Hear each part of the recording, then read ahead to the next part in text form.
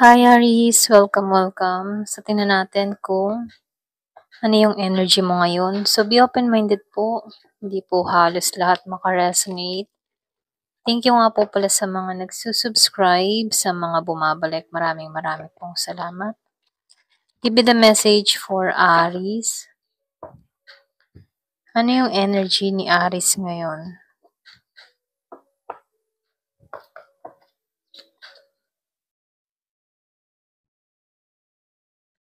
So lumabas to, no? Yung iba sa inyo meron kang mga pinagdadaanan. Meron kang mga problemang tinatahak. Okay, yung iba sa inyo, puwedeng merong separation or puwedeng meron kang masakit na nalaman, okay? Yung bang tipo na meron akong nakikita ditong hindi makatulog, meron ditong gumugulo sa kanyang kaisipan. Kung meron kang kadiling na Scorpio, Cancer, or Pisces, meron din akong nakikitang Gemini, Aquarius, and Libra. Meron akong nakikitang umiiyak or puwede ring sabihin na hindi makatulog, balisa, merong mga iniisip or puwede ring hirap ang makatulog, okay? Or puwede rin kung meron kang kadiling na ganito, siya yung nakakaranas ng ganito, okay? Kung ikaw man dito ay wala kang nararamdaman na ganito, okay, lungkot or pagkabalisa 'no, meron kang tao or meron kang kadiling na kung saan nakakaranas ng ganitong sitwasyon dahil meron akong nakikitang separation na nangyari sa inyo, okay? So, yung iba naman sa inyo, malakas talaga, no? Gemini, Aquarius, and Libra, and Scorpio, Cancer, and Pisces. Meron talaga akong nakikita ditong betrayal na nangyari sa inyo ng tao na to. Pwedeng nito mo lang to nalaman. Kumbaga naalarma ka din dito 'no, kasi nakikitaan ko dito, meron ditong naging matabang yung kinikilos or puwede ring nawawalan ng gana, nawawalan ng interes, ganyan. So, lumalabas din dito, meron kang mga natuklasan dito sa tao na 'to, ito rin nakikita ko. So, nakikitaan ko dito 'no, merong nasa ibang bansa. Yung iba sa inyo puwedeng ikaw yung nasa ibang bansa, napilitan kang umuwi ng Pilipinas dahil dito. Ito rin nakikita ko yung iba sa inyo 'no, or puwede ring sabihin kung ikaw yung nasa Pinas dito, napilitan kang umalis na lang ng bansa para makalimot sa sitwasyong kinakaharap mo dito. Ito rin nakikita ko sa iba.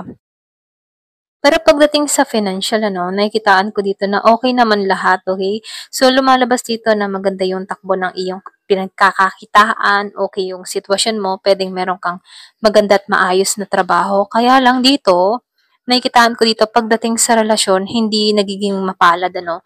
So, nakikitaan ko dito hindi ka nagkaroon dito ng patas na relasyon, meron ditong tao na pinaglinlang ka dito, okay? Ito lang yung nakikita ko. So, nakikitaan ko rin dito 'no, bumuo kayo ng pamilya mula sa tao na 'to or puwede ring napag-usapan niyo na dito mag-family. Kaya lang nakikitaan ko dito dahil sa hindi inaasahang pangyayari, meron kang mga natuklasan ditong betrayal, ito lang nakikita ko. So, dito 'no, lumalabas din dito na ikaw nagkaroon ka ng transformation sa mga nangyaring ito 'no, kumbaga puwedeng binago mo yung sarili mo, binago mo yung pananaw mo or puwede ring sabihin na unti-unti mong inaayos yung para sa'yo, okey? Kumbaga sarili mo na lang muna yung binubuo mo at pinalalago mo rito. So, lumalabas din dito pagdating sa iyong mga pinagkakakitaan, okey ang lahat, may progress, may paglago at nakikitaan ko dito stable ka pagdating sa financial mo. So dito 'no, nakikitaan ko dito kahit nakaranas ka ng betrayal, meron kang mga mahal sa buhay na sumusuporta pa rin hanggang ngayon sa'yo, okay? Kumbaga unti-unti ka naka-recover sa sitwasyon mo dito dahil sa pamilya mo. So dito 'no, nakikitaan ko dito handa ka na muli or puwede ring sabihin handa ka na muling maglakbay, handa ka na muling tumanggap ano or puwede ring sabihin na narito ka sa process na gusto mo ng pagbabago, okay? So dito may time na merong pumipigil din sa sarili mo 'no, kumbaga puwede rin yung mga, ala-ala, malulungkot na ala-ala kung bakit parang takot ka din ano, kumbaga nasa 50-50 situation ka na gusto mo ulit sumubok ng bago kaya lang merong pumipigil din sa'yo dito. Okey, para bang may takot ka pa rin, puwedeng meron kang trauma na naranasan or puwede ring sabihin na ikinalulungkot mo yung mga nangyari dito kaya dito 'no, merong pumipigil sa'yo, okey? So tingnan pa natin. So, nakikitaan ko dito mas nanahimik ka ngayon or puwede ring sabihin na mas nagiging kang mapag-obserba 'no. So, nakikitaan ko dito yung iba sa inyo, misteryosa ka ngayon or misteryoso, ganyan. Lumalabas din dito na ikaw ay nagiging mapag-observe, mabusisi, or pwede rin sabihin na hindi ka basta-basta nagtitiwala, pero andun pa rin yung pagiging mong energetic na tao, ano. So, dito, nakikitaan ko dito, pagdating sa emotion mo sa panahon ngayon, ano, nakikitaan ko dito na merong magaganap sa'yo, okay? Dito sa kung ito yung present moment mo ngayon, kung nakakaranas ka ng ganitong sitwasyon na sobrang lungkot, hindi mo maintindihan kung bakit mo 'to nararanasan or puwede ring may mga natuklasan ka dito, yung sinabi ko nga kanina. Nakikitaan ko dito patungo ka sa pagbabago na kung saan ano, maibabalik mo muli yung confident mo, hindi ka na basta-basta papasok sa isang relasyon na hindi mo pinag-iisipan, nagiging ka ng, maingat, ganyan. So dito 'no, nakikitaan ko dito yung iba sa inyo, nagiging klaro na sa'yo ang lahat. Kumbaga alam mo na yung landas na tinatahak mo, alam mo na yung action na gagawin mo, at alam mo na yung mga desisyon na aayusin mo dito, okay, para sa sarili mo. So dito nakikitaan ko dito yung iba sa inyo 3 taon kang nasaktan or puwede ring 3 taon na nasa healing process ka hanggang ngayon ano, na kung saan ngayon nag-i-start ka na na makita muli yung mundo, okay? Makita muli yung saya, makita muli ang maganda, okay? So nakikitaan ko dito handa ka na muli sa pagbabago, handa ka na makipagsapalaran. Kaya lang may time dito na may pumipigil pa rin sa'yo, puwede ring sabihin hindi pa rin talaga lubusan na nakakalimot yung feelings mo about dun sa past mo. Kaya lang nakikitaan ko dito handa ka na. Unti-unti mo na 'tong tinatalikuran, hindi man biglaan pero unti-unti mo ng tinatahak yung ibang direksyon. So nakikitaan ko dito gusto mo ng maka-recover, gusto mo ng makalimot, at gusto mo na ng pagbabago rito. Ito lang yung nakikita ko, pero pagdating sa trabaho mo okey naman ang lahat.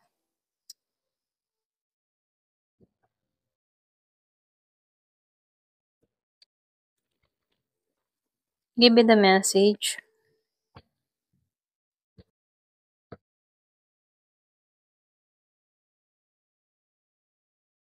Meron ka ditong katapangan ano, go wild. Kumbaga nakikitaan ko dito, kahit may naranasan kang ganito 'no, nakikitaan ko sa'yo na matapang, matatag ka.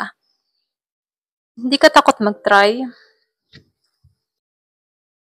So dito 'no, ini-embrace mo na lamang yung nangyayari sa buhay.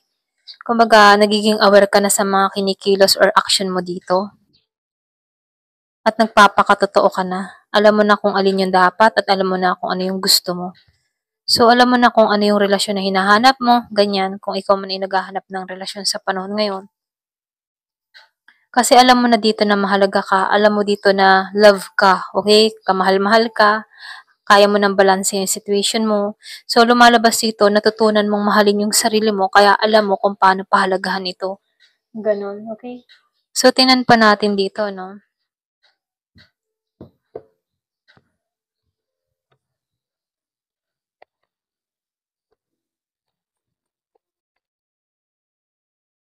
Great happiness. So, meron ditong maganda or masayang mangyayari sa'yo. Kumbaga matatapos din 'tong mga problema mo kasi nakikitaan ko dito handa ka na muli, eh, handa ka na sa pagbabago. Give me the message.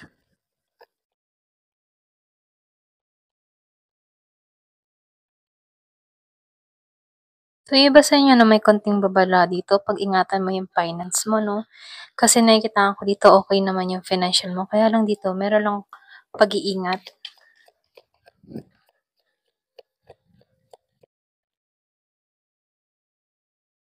So, sinasabihan ka rin dito na huwag ka ng mabahala, yung mga kumbaga matatapos na yung mga problema mo, huwag kang mag-overthinking, mga ganyan ano. Kumbaga yung mga pumapasok sa kaisipan mo, sinasabihan ka dito, "Wag mo 'tong kaisipin, wag mong alalahanin yung mga problemang 'yan." So, nakikitaan ko dito, yung iba naman sa inyo, sinasabihan ka dito, pagtuunan mo na lang muna yung trabaho mo. So, beware din sa pride dun sa iba.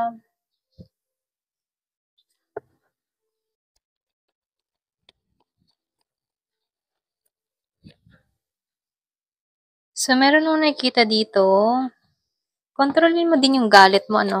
Puwedeng nagiging emotional ka na ngayon dahil sa mga nararanasan mo. Pero gano'n pa man, sinasabihan ka dito, kontrolin yung galit. So, meron namang karma yan eh, okay? Kung ikaw man dito ay hindi ginawan, kumbaga kung ikaw man ay ginawa ng masama, I mean ano, kung ikaw man yung ginawa ng masama, meron yang karma. So, dito sinasabihan ka dito, meron ditong magandang magaganap para sa ikabubuti mo. Meron ditong pagbabago. So, meron akong nakikita ditong oportunidad. Kumbaga, magbubukasan yung oportunidad para sa'yo, kaya huwag ka mag-alala. So, meron naganap nung Mayo. Pwedeng meron kang kakilala, pinanganak nung Mayo. So, meron dito, iba sa'yo na na-disappoint ka sa karelasyon mo, maging sa kaibigan mo. Pwedeng nung May, meron kang mga natuklasan.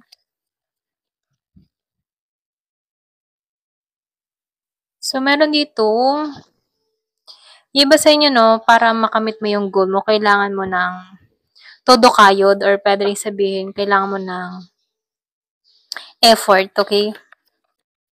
Para mas ma-achieve mo tong mga pangarap mo. So, meron ditong great fortune or great good fortune na parating sa'yo. Swerte, biyaya, ang naghihintay pa rin sa'yo. Kaya huwag kang mag-alala, no? Kahit may mga problema kang naranasan, meron pa rin swerteng parating sa buhay mo. So, lahat ng mga pinagtatrabahuhan mo, magtatagumpay ito. Kaya lang, kailangan mo lang dito ng effort, todo kayod, or pwede rin sabihin na tanggalan mo muna yung mga problemang dumarating sa buhay mo at mag-focus ka muna sa trabaho mo, okay? Kasi nakikitaan ko dito, lahat ng mga sakripisyo mo, lahat ng pagod mo, meron yang katumbas na gantimpala sa'yo. Okay, so meron ditong tagumpay.